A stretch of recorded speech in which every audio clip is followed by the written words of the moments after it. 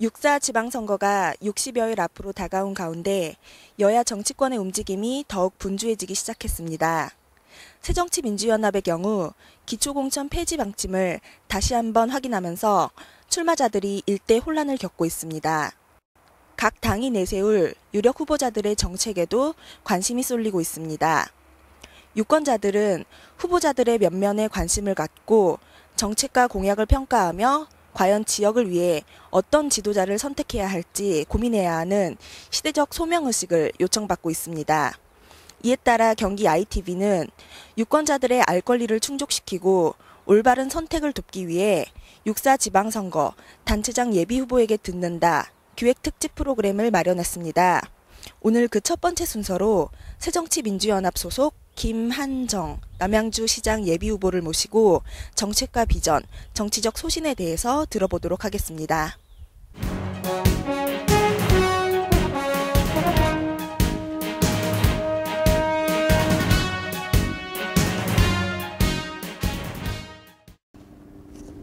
안녕하십니까. 안녕하세요. 반갑습니다. 시간 내주셔서 감사합니다. 네. 예.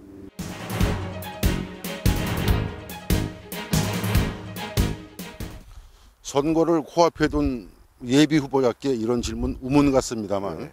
요즘 어떻게 지내십니까? 아이고 바쁘죠. 힘들죠. 몸은 힘들어도 마음은 기쁩니다. 많은 시민들을 만나서 많은 이야기를 듣고 있습니다. 아침에는 전철에 나가서 출근하는 시민들께 인사드리고요. 행사에 참석하고 또 많은 시간을 저는 시민들의 목소리를 직접 듣는데 할애하고 있습니다. 시민들이 갖고 있는 애환, 또 아쉬운 점, 또 기대 이런 내용들을 생생하게 들어주셔서 너무 좋습니다. 도대체 김한정이 누구냐? 이런 말씀들을 지역 주민들께서 많이 하시는 걸로 알고 있습니다. 학력으로만 봐서는 국회의원 출마해야 되는 것 아니냐 하는 얘기들도 하시는데 시장에 출마하신 특별한 이유가 있으신가요? 남양주시는 저는 대한민국의 미래라고 생각합니다. 팔도 시민이 다 모여 살고 그리고 여러 가지 이 성장 가능성, 잠재력이 무궁한 도시입니다. 이런 도시에 포부를 가진 정치인들이 정치하고 싶지 않겠습니까? 저는 남양주시가 대한민국에서 가장 경쟁력 있고 가장 살기 좋은 도시로 태어날 것이라고 생각합니다. 새정치민주연합 소속 후보들이 여러 분 계시죠, 현재. 그러다 보니까 후보가 난립돼 있다 하는 지적이 있습니다. 현재 단일화 작업은 어떻게 진행되고 있고 또 단일 후보 자신은 있으신가요? 그 곤란한 질문인데요. 지금 후보가 여러 분 계십니다.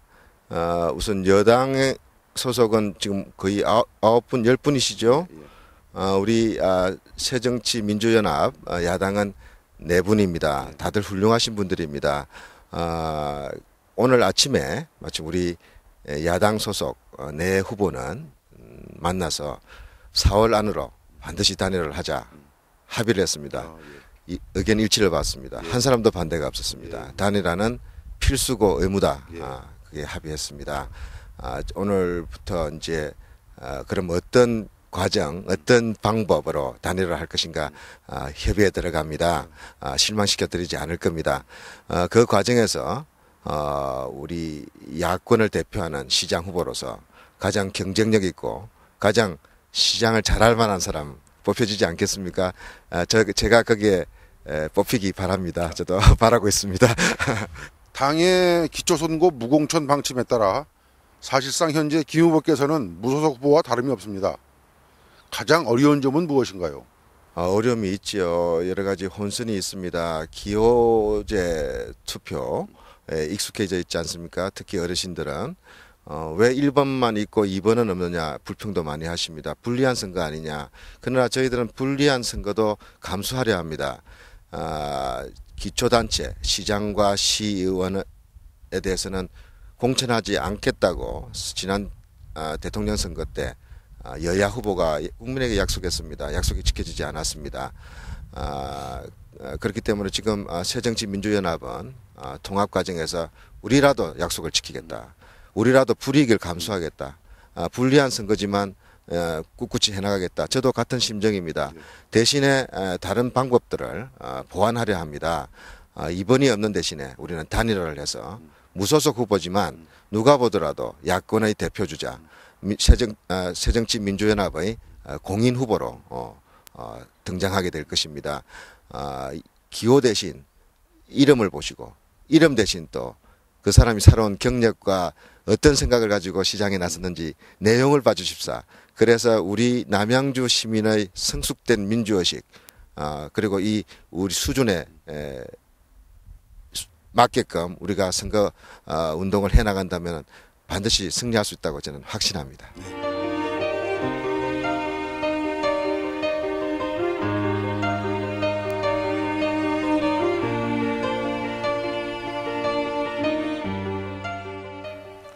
시장 후보로서 본 남양주라는 도시는 어떤 도시입니까? 유홍준 선생님께서 우리 문화 답사기를 써서 크게 반향을 일으켰지 않습니까? 그게 그런 대목이 나옵니다. 알고 봐야 제대로 보인다. 저는 그동안에 남양주를 많이 안다고 생각했습니다. 이 아름다운 환경, 그리고 역사 유물들, 관광, 천혜의 그런 아름다운 강. 근데 직접 제가 정치를 하겠다 결심을 하고 돌아보니까 그동안에 못 보던 것들이 보였습니다. 여러 가지 그동안에 급속 성장을 하는 과정에서 많은 부분에 아쉬운 분들이 너무 많은 것 같아요. 이제는 이 남양주시가 인구 10위의 기초시가 됐습니다. 63만 명을 넘어섰습니다. 앞으로 더 커질지도 모르겠습니다. 또 그럴 겁니다. 이제 속을 채워야 할 때고 이제 새로운 패러다임으로 21세기형 미래의 도시로 다시 태어나야 되는 그런 갈림길에 있다고 생각을 합니다. 경남 함안 출신이시죠? 예, 그렇습니다. 함안에서 태어났습니다. 함안은 마산하고 진주 사이에 있는 조그만 시골읍입니다. 예. 그러다 보니까 이 지역 토박이 후보가 아니다 해가지고 낙하산 시비가 있는 것도 사실이거든요. 그 어떻게 극복해 나가시겠습니까? 그거는 더 열심히 해서 남양주 시민으로서 이제 더 다른 사람보다 더 많은 애향심을 가지고 일해달라는 격려로 저는 받아들입니다. 낙하산 시비에 대해서는 저런 낙하산일 수도 있겠죠. 그러나 이 남양주에 우리 민주당 지금 새정치민주연합이 됐습니다. 두 국회의원이 계십니다. 또 항상 승리한 곳인데 시장만큼은 항상 여당에게 빼앗겼습니다. 그러다 보니까 지역 발전에 손발이 안 맞습니다. 마땅한 후보감이 없다. 이런 지역에서 요청이 있었습니다. 그래서 응했습니다. 지난 반년 이상 저는 남양주 구석구석을 발품을 팔고 시민들을 만나고 각 지역의 지도급 인사들을 만나고 여론을 청취했고 제 스스로 공부하고 구상하고 해서 책으로도 냈습니다. 저는 허겁지겁 달려온 후보가 아니라 그런 여기 남양주의 정치 상황에서 요구되는 그런 요청 그리고 제 스스로의 준비 이런 과정을 통해서 나온 후보다. 감히 그렇게 말씀드립니다. 후보께서는 향후 시정 목표를 사람 먼저, 교육 먼저로 세웠습니다. 이제 교육 문제는 무슨 말인지 제가 알겠어요. 교육은 백년지대계라는 말이 있듯이 굉장히 중요하죠. 무슨 말인지 알겠는데 사람 문제는 너무 포괄적이라고 하는 생각이 듭니다. 이게 구체적으로 어떤 로드맵을 갖고 계신지 좀 밝혀주십시오. 예. 저는 사람이 먼저다는 것은 우리가 정책을 결정하고 또 사업을 해나갈 때 가장 중심이 되는 철학이라고 생각합니다. 어제 제가 우리 월문리에 있는 조그만 절을 찾아서 스님께 여러 가지 말씀을 들었습니다. 스님께서 그렇게 말씀하시더라고요. 물질적 풍요가 결코 행복을 갖다 주는 것 같지 않다. 우리는 이제 정신적 풍요를 추구해야 되지 않냐. 만일 시장이 되면은 남양주 시민이 보다 편안하고 또 평화를 누릴 수 있도록 물질적 풍요만큼이나 정신적 풍요를 더 중요하게 생각하고 그런 쪽으로 좀 해달라 이런 말씀을 하셔서 굉장히 감명을 받았습니다. 우리가 남양주시가 그동안에 외형적으로 많이 성장을 했습니다. 아직도 아쉬운 것이 많습니다. 특히 아쉬운 걸 하면 우리는 주로 토목적으로 많이 생각을 합니다. 길, 교통, 시설, 인프라, 그런 외형적 인프라 더 필요합니다. 더 갖춰가야 됩니다. 그러나 우리가 그 과정에서 결국 그 길이나 시설이 사람을 위한 것이지, 또 우리 시민들을 위한 것으로 이렇게 진행돼야 되고 계획돼야 되고 추진돼야 된다, 그런 의미가 있고요. 두 번째로는 역시 복지입니다. 복지에 대해서 우리가 다시금 이제 생각을 좀 바꿔야 된다. 저는 무작정 나누어지는 복지에서 잘 쓰는 복지, 정말 필요한 복지, 그래서 우리의 삶의 가치를 높이는, 그리고 삶의 이런 고통 속에서 너무나 힘들어하는 분들을 같이 공동체로 끌어들이는 그런 차원에서의 투자라고 생각합니다. 그런 면에서 사람 중심의 그 시정, 사람 중심의 그런 정책을 펴나가겠다, 그런 취지로 말씀드린 겁니다. 그러시군요. 이제 사람 먼저가 무슨 말인지 조금 이해가 될 것 같습니다. 주요 공약을 살펴보니 아이들 보육과 교통 문제, 또 문화 인프라 구축과 노인 문제 등 크게 4가지를 강조하셨더라고요. 지금 청년 실업 포함한 일자리 문제도 굉장히 심각한데 그럼 뭐 먹고 사는 문제는 중요하지 않다는 말씀이신지 이거 빠졌길래 제가 여쭤보는 겁니다. 전혀 그렇지 않습니다. 제가 우선 4대 공약은 지금 가장 관심이 있는 부분으로서 핵심 정책으로 발표했고요. 세부 정책들은 앞으로 순차적으로 계속 발표해 나갈 것입니다. 그 4대 정책 중에 두 번째, 거의 마지막 또 다 관련이 되는 게, 저는 컨텐츠 밸리 등 신성장 동력을 추진해서 일자리를 창출하겠다고 분명히 말씀을 드렸습니다.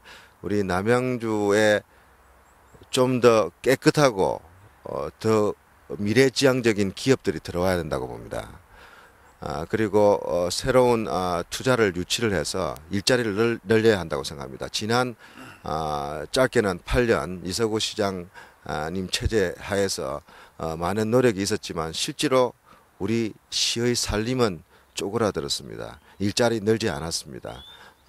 그렇기 때문에 이 부분에 대한 근본적인 고민을 해야 된다. 저는 컨텐츠 밸리는 바로 지식 문화 산업입니다. 여기에 창작 활동이 일어나고 창작과 관련한 기업들이 들어오고 또 애니메이션, 소프트웨어 등등 우리 젊은이들이 더 잘하는, 그리고 세계적 경쟁력을 가질 수 있는 그런 기업, 업종들을 유치해 나간다면, 그런 업종들이 올 수 있도록 우리가 파격적인 인센티브를 제공하고 좋은 환경을 제시한다면 분명히 성공할 수 있다고 저는 생각합니다. 그래서 저 문화 산업 정책은 바로 일자리 정책입니다. 후보께서는 김대중 정부 청와대 제1부속실장을 지내셨습니다. 뭐 스펙이 화려하다 하는 말씀을 많이 듣는데, 아까 앞서도 언급을 했습니다만 학벌도 최고 S대학 출신이라고 하시고, 이제 이 화려한 스펙만큼이나 시장에 당선된다면 주민들의 기대와 요구도 클 것이다, 이런 생각이 제가 들어요. 우스갯소리 같지만 이게 다 감당되시겠습니까? 저는 우리 남양주 시민 여러분들의 기대라는 것은 지극히 합리적이고 상식적이라고 생각합니다. 제가 만난 많은 시민들은요, 허황된 공약, 장밋빛 공약에 대해서 도리어 굉장히 경계했습니다. 저한테도 그런 당부를 했습니다. 실현 가능한 거, 정말 절실한 거, 하나씩 할 수 있는 거, 많은 당부를 하기 때문에 저는 시민 여러분들이 그런 성숙된 시민의식을 갖고 있기 때문에 큰 걱정은 안 합니다. 다만 그런 당부는 많이 하시죠. 초심 잃지 마라, 그리고 정직하라, 그리고 시민을 위해서 정말 시민을 사랑하고 시민을 섬기는 그런 시장이 되더라. 저는 그렇게 할 각오가 되어 있습니다. 저는 청와대 제1부속실장을 오래 했습니다. 무슨 자리인지 잘 모르시는 분이 계십니다. 대통령을 가장 가까이에서 보좌하는 대통령 집무실을 지키는 1급 핵심 참모입니다. 대통령의 일정을 챙기고 대통령이 말씀하실 것 또 생각하실 거를 챙겨드려야 됩니다. 대통령과 함께 쏟아지는 각종 보고서들을 추려서 보고해 드려야 됩니다. 국정을 올바로 판단하고 또 지시를 내릴 수 있도록 옆에서 직접 거들고 보좌하는 기능입니다. 따라서 그렇기 때문에 대통령하고 거의 하루 종일 같이 지냅니다. 저는 김대중 대통령을 오래 모셨습니다. 김대중 대통령께서는 공부하는 대통령이었고 또 용서의 지도자였고 또 미래를 내다보는 지도자였습니다. 우리는 IMF 그 외환 위기의 이 상황에서 정권을 인수해가지고 여러 가지 어려움이 있었습니다. 그러나 거의 부도 위기에 난 나라를 외환 보유고 1,000억을 만들어 놓고 퇴임하셨습니다. 남북한 관계를 나름대로 미국과 중국의 협조 아래 정상회담을 하면서 풀어내려고 노력했습니다. 그리고 IT 강국 김대중 대통령이 이뤄낸 거 아닙니까? 초고속 인터넷망 바로 국민의 정부가 해냈습니다. 생산적 복지, 현재 4대 보험 체제 이런 것 모든 우리 기초복지 시스템을 국민의 정부가 처음으로 바꿨습니다. 그런 일들이 국민의 정부에 있었는데 너무 안 알려진 것 같아요. 저희 대통령을 모셨던 보좌관들의 잘못도 있죠. 불충했습니다. 또 부족했습니다. 저는 대통령의 어깨너머로 국정을 직접 봤습니다. 그리고 국정을 수행하는 것이 얼마나 쉽지 않은 일이라는 것을 절감했고 거기서 필요한 것은 바로 균형 감각 그리고 공평무사한 정신 그리고 사심을 버리고 국민의 이익 속에서 생각하는 그런 자세 이런 것이었다고 생각합니다. 제가 남양주 시장으로서 지금 출마를 했는데요. 만일 제게 그런 기회를 주신다면 바로 제가 청와대에서 대통령을 모시는 그런 심정으로 남양주 시민을 모시려 합니다. 혹시 그 시절 소개할 수 있는 뭐 일화 같은 것도 혹시 있으신가요? 일화들이 너무 많죠. 이번에 좀 광고를 좀 해야 되겠습니다. 제 일화를 담고 남양주 시의 미래 비전을 담은 책을 제가 하나 펴냈습니다. 예, 지난 1월 초에 출판 기념회도 했습니다. 많은 분이 와주셨습니다. 제목은 남양주 날짜입니다. 인터넷에 남양주 날짜 검색해 보면은 인터넷 선점에서 구입할 수 있습니다. 많이 봐주시기 바라고요. 뭐 한 가지를 든다면은 역시 저는 감동적이었던 게 노벨 평화상이었습니다. 예. 김대중 대통령은 야당 시절에 순환을 많이 받았습니다. 오랜 인권 지도자였습니다. 수차례 노벨 평화상 후보에 올랐습니다. 단순히 남북 정상회담에서 받은 건 아닙니다. 그러나 임기 마치기 전에 또 그 노벨 평화상 수상, 대한민국 국민으로서는 최초의 노벨상 수상자고 또 노벨상 중에 가장 권위 있다는 평화상을 받으셨습니다. 정말 자랑스럽죠. 그래서 김 대통령 시상식 노르웨이 수도 오슬로에서 진행됩니다. 12월에 대통령을 모시고 평화상 수상식을 하러 이제 대통령 전용기를 타고 가는데 그렇게 가슴이 벅차고 영광스러웠습니다. 마치 제가 상을 탄 그런 느낌이었습니다. 저도 조금 기여를 했습니다. 네. 제가 외국에서 유학하고 또 국제 사업을 많이 했기 때문에 노르웨이에 좋은 친구들이 많았습니다. 노르웨이 친구들이 적극적으로 우리 한국에 대해서 관심을 갖고 또 김대중 대통령의 인생 역정 그리고 철학 이런 데 대한 그런 인권 지도자로서의 그런 노력 이런 것들에 대해서 알리고 서로 대화하는 그런 기회를 제가 제공했다는 것에 상당히 큰 자부심을 느낍니다. 그러시구나. 장시간 인터뷰를 하셨는데 끝으로 지역 주민들께 뭐 당부하고 싶은 말씀 있으면 한 말씀 해주시죠. 남양주 시민 여러분, 저 김한정 지난 한 해 남양주 구석구석을 돌았습니다. 발품을 팔았습니다. 많은 이야기를 듣고 또 꼼꼼히 제가 수첩에 적었습니다. 저는 나름 준비된 시장 후보라고 감히 말씀드립니다. 퇴근길 전철역 그리고 버스에서 쏟아져 나오는 시민들의 발걸음은 매일같이 제가 경험하지만 항상 가벼운 것만은 아니었습니다. 우리가 고단한 삶을 살고 있습니다. 제가 모신 김대중 대통령은 정치라는 것은 억울하고 서러운 사람들의 눈물을 닦아주는 것이라고 이렇게 말씀하셨습니다. 우리 남양주시가 60만의 큰 시로 발전을 했는데 아직도 그늘이 많습니다. 어두운 곳이 있습니다. 힘든 시민들이 많습니다. 저는 그런 분들을 위해서 눈물을 좀 닦아드리고 또 희망을 갖게 하는 그런 친구 같은 시장, 아들 같은 시장, 또 형님 같은 시장이 되고 싶습니다. 저는 어떻게 보면 되돌아보면 참 행운의 인생을 그동안 살아왔습니다. 남들이 조금이라도 인정하고 부러워하는 대학을 나왔고요. 또 대통령을 가까이 모시는 그런 기회도 있었습니다. 또 외국 유학도 했고 대학에서 학생들을 가르치는 그런 보람도 느꼈습니다. 많은 사람들이 왜 뒤늦게 정치를 하려 하느냐. 저는 이번에 처음 출마합니다. 망설이고 또 주변에서의 만류도 있었습니다. 그러나 결심했습니다. 제가 그동안에 배우고 익힌 것, 그리고 느낀 것, 그리고 올바르게 살아나가겠다는 그런 자세를 남양주 시장으로서 한번 펴보고 싶습니다. 여러 가지 부족하지만 관심을 가져주시고요. 항상 시민을 향해 귀를 열고 눈을 바로 뜨고 그리고 항상 시민의 곁에 서 있는 그런 시장이 되겠습니다. 감사합니다.